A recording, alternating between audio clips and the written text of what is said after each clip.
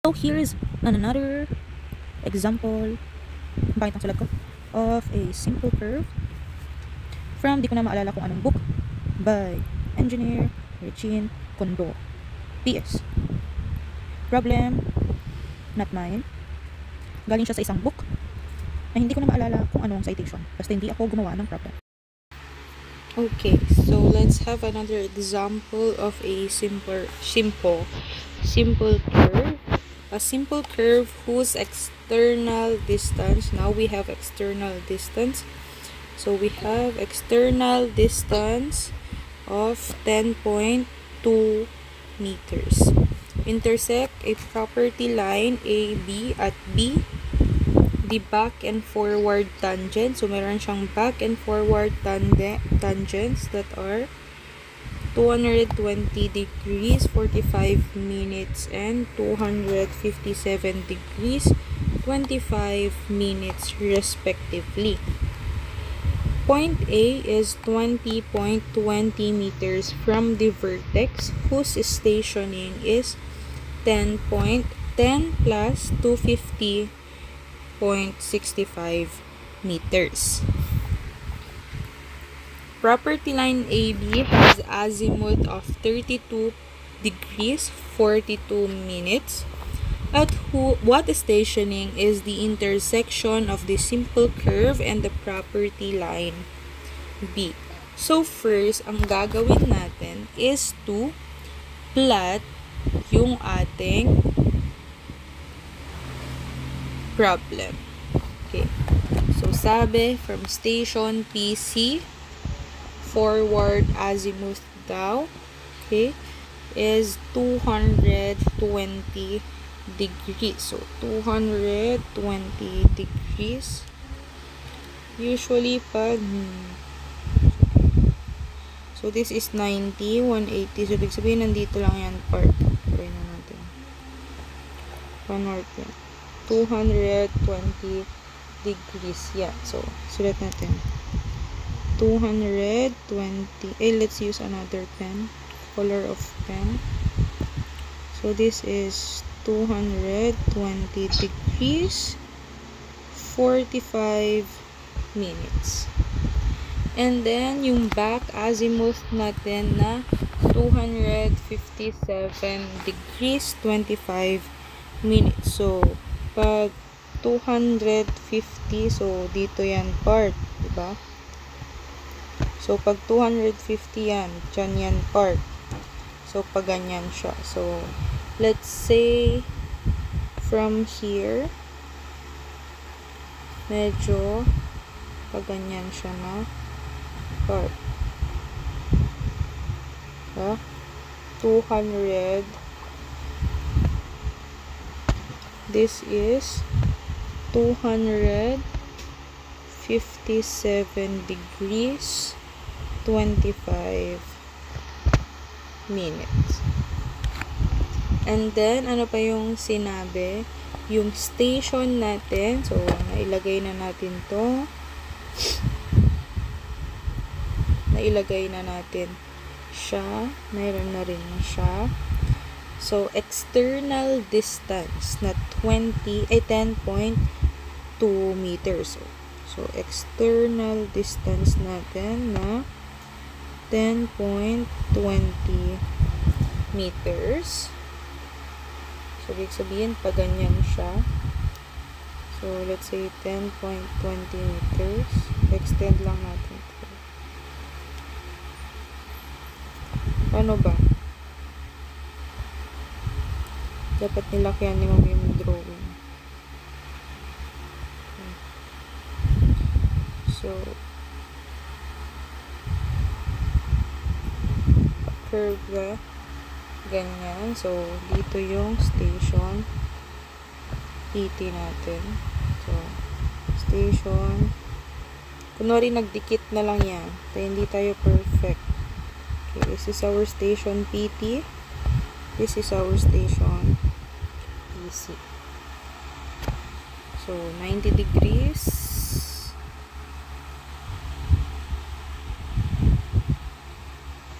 Then, dito ba?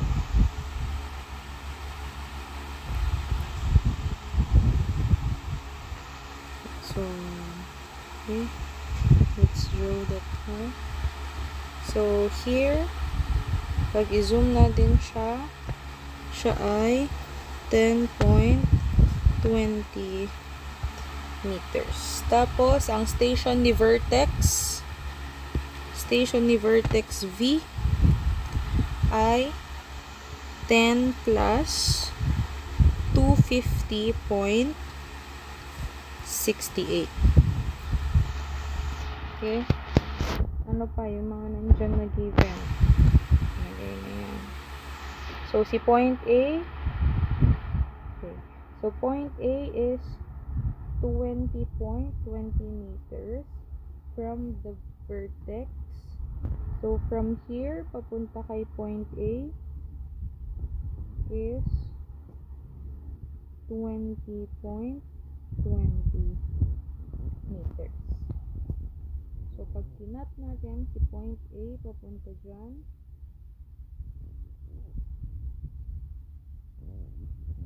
magkakaroon tayo ng anong angle.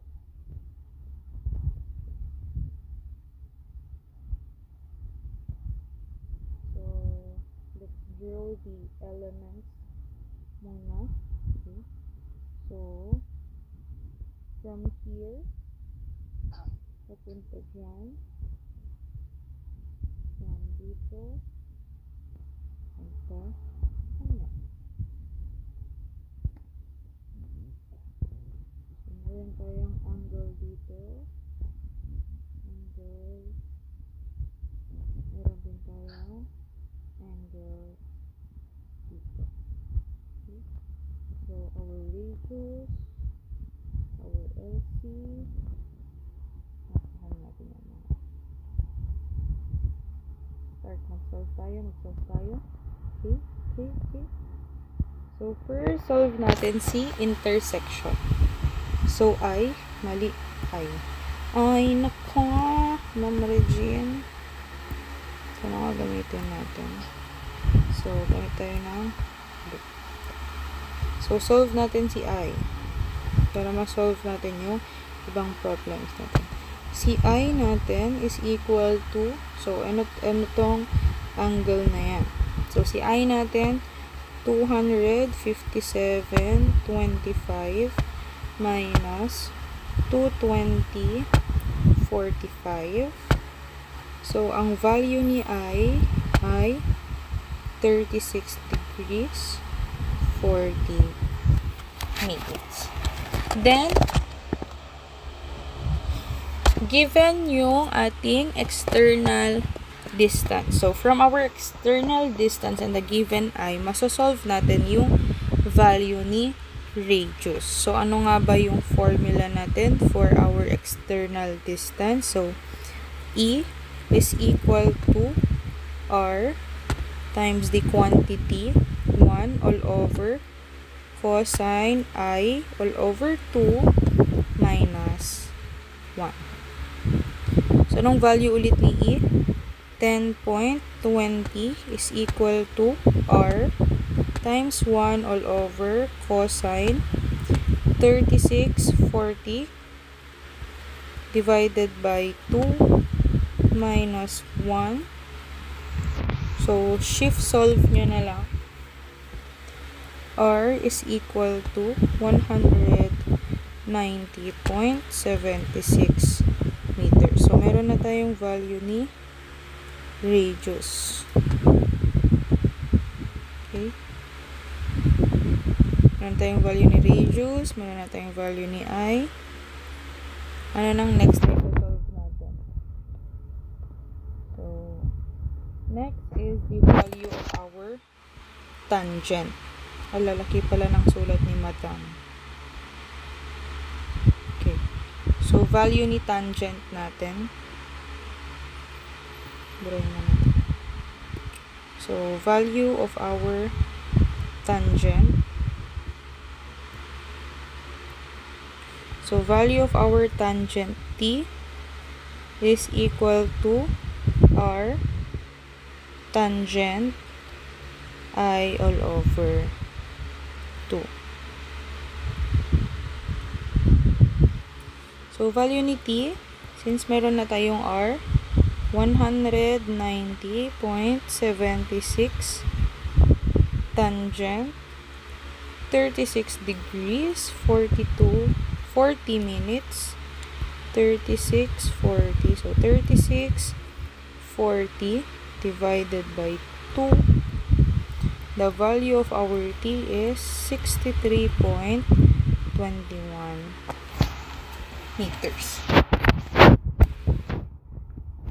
Then solve natin si station PC using our tangent. So, given yung meron tayong value ni V, meron na rin tayong value ni tangent. So, station ni V minus value ng tangent natin or length ng tangent natin para makuha natin yung station ni PC. So, ano nga ba yung value ng station V natin? So, station V or station ni vertex is equal to station ni PC plus yung length ni tangent. So, length ni tangent or the tangent distance. So, 10 plus 250.68 is equal to our station PC plus 63.21 meters. So, note that this 10 plus 250.61 signifies or ita-type natin sa calculator as 10,250.68 minus 63.21. So, siya si station PC. So, our station PC ay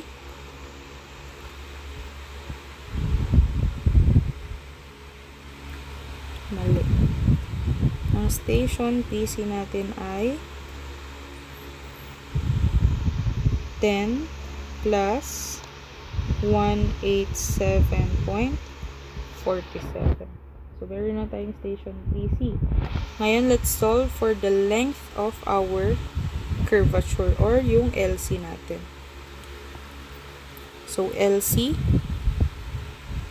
is equal to pi times our radius times the intersection divided by 180.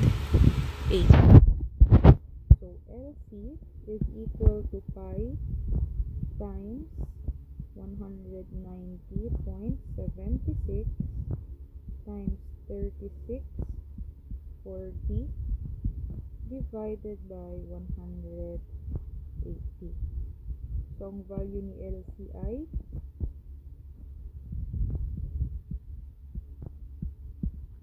122.08 meters. So, para i-solve natin si station PT or yung end ng ating station ni PC plus LC.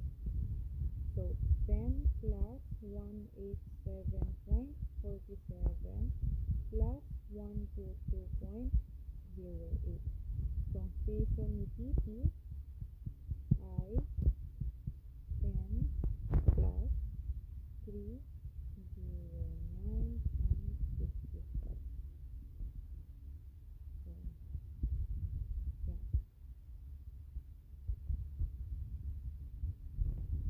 yeah. Okay, let's continue. So, i-solve natin yung from point A. So, from point A to PT. So, pangalanan natin siyang APT. So, APT, yung tangent natin, minus 20.20. So, saan po galing yung 20.20? So, from vertex, papunta kay station A. Yung length daw, or yung distance daw ni vertex to point A is 20.20 meters. So, the value of our T is 63.21 meters. So, 63 43.21 minus 20.20 is equal to 43.01 meters. Now, we can solve for the value of our beta dito. So, meron na tayong value dito. This is 43.01. So, meron tayong value ni dito. Meron tayong radius. Yung radius natin na 190.76 since this is a simple curve. So, paano natin isosolve si beta?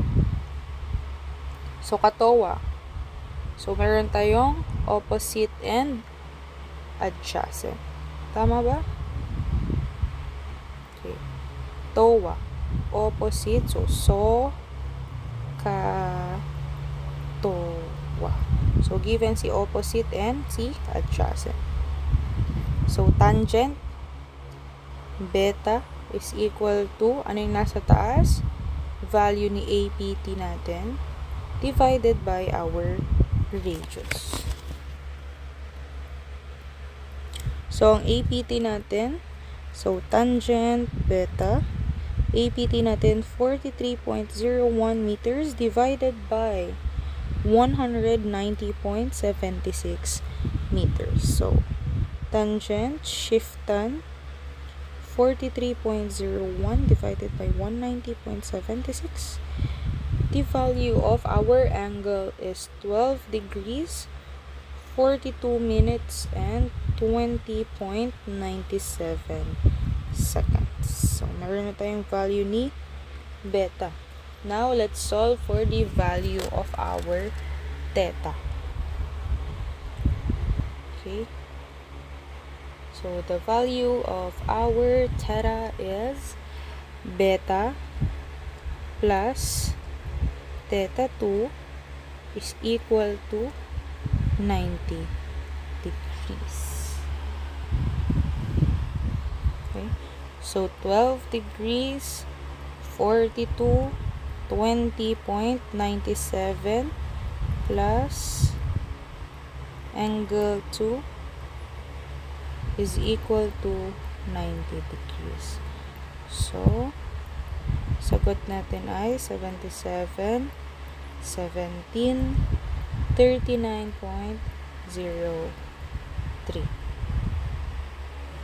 So, yung length naman ni A papunta kay O. So, simple triangle lang siya. Rules ng ating right triangle. Side A squared. To A squared plus B squared is equal to C squared. So, AO, yung ating hypotenuse, is equal to, sa ating opposite squared plus R squared. So, A is equal to, square root niyan, 43.01 squared plus 190.76 squared. Ang sagot natin ay, ang haba daw ng A papunta sa station O ay 195.55 meters. Ngayon, solve natin theta 1. Theta 1 is equal to, theta 1 plus theta 2 is equal to 360 minus 257.25 plus 32.42. Ay, hindi. 32 degrees, 42 minutes. Okay? Yung angular dito.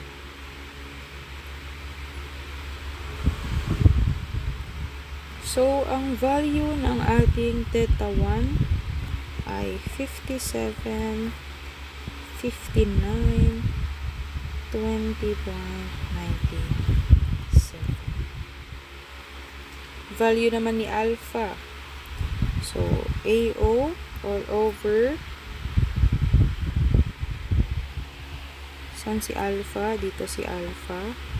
Value ng ating alpha. Okay.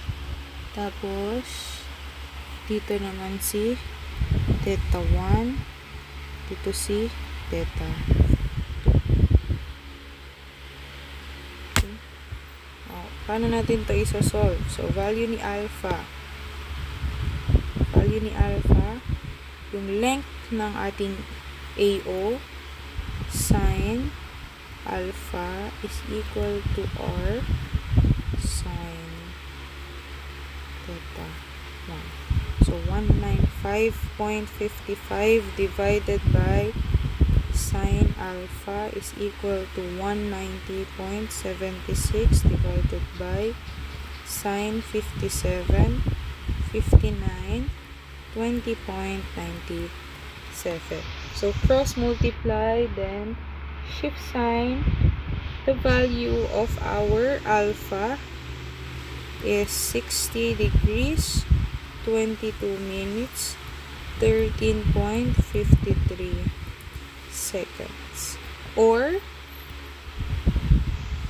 mag-plus 180 tayo or i-minus natin siya. 180, 119, 37, 46.47. Pareho lang sila. Then, next, so ito yung gagamitin natin sa ating alpha. Kasi why not? Coconut. Then, solve natin si phi. Okay. Bakit yun yung ginamit natin? Kasi makikita natin na yung value or yung angle natin dito ay medyo pabuka. Okay, so ibig sabihin more than 190 siya. Ay 190, more than 90 degrees siya. Kung ito kasi yung value na gagamitin natin, acute angle kasi siya. So ibig sabihin, yung angle natin is medyo ganito lang siya. Eh yung angle ng triangle natin, medyo bumuka siya ng ganito. Kaya i-consider natin yung reciprocal ng ating angle. So, pwede naman yun. Okay. Then, let's solve for the value of our phi. Theta 1 plus alpha 2. So, dito si theta 1, dito siya, tapos dito. So, nandito sa baba. So, equal yan sa 180.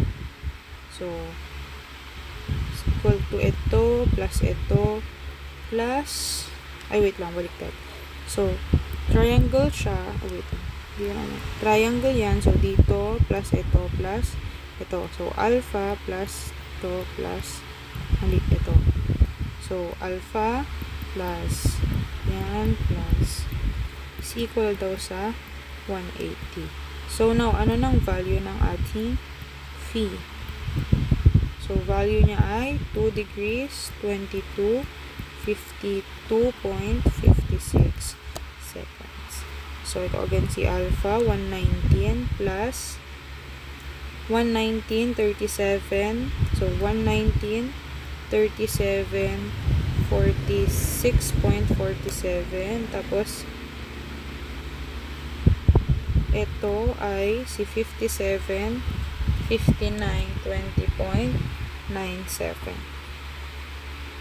LCY naman natin. Okay. So, LCY pi R times yung phi plus beta divided by 180. Ang sagot natin sa LCY ay 50.23 meters. Now, the station of ating station B. So, station B is equal no station ni PT. So, station ni PT minus kasi babalik tayo LCY. So, 10 plus 309.55 minus 50.20. Oh my God. 0.23. So, ang ating station B ay 10 plus 259.32. Yan. So, yan ang ating another very lengthy example ng sample curve.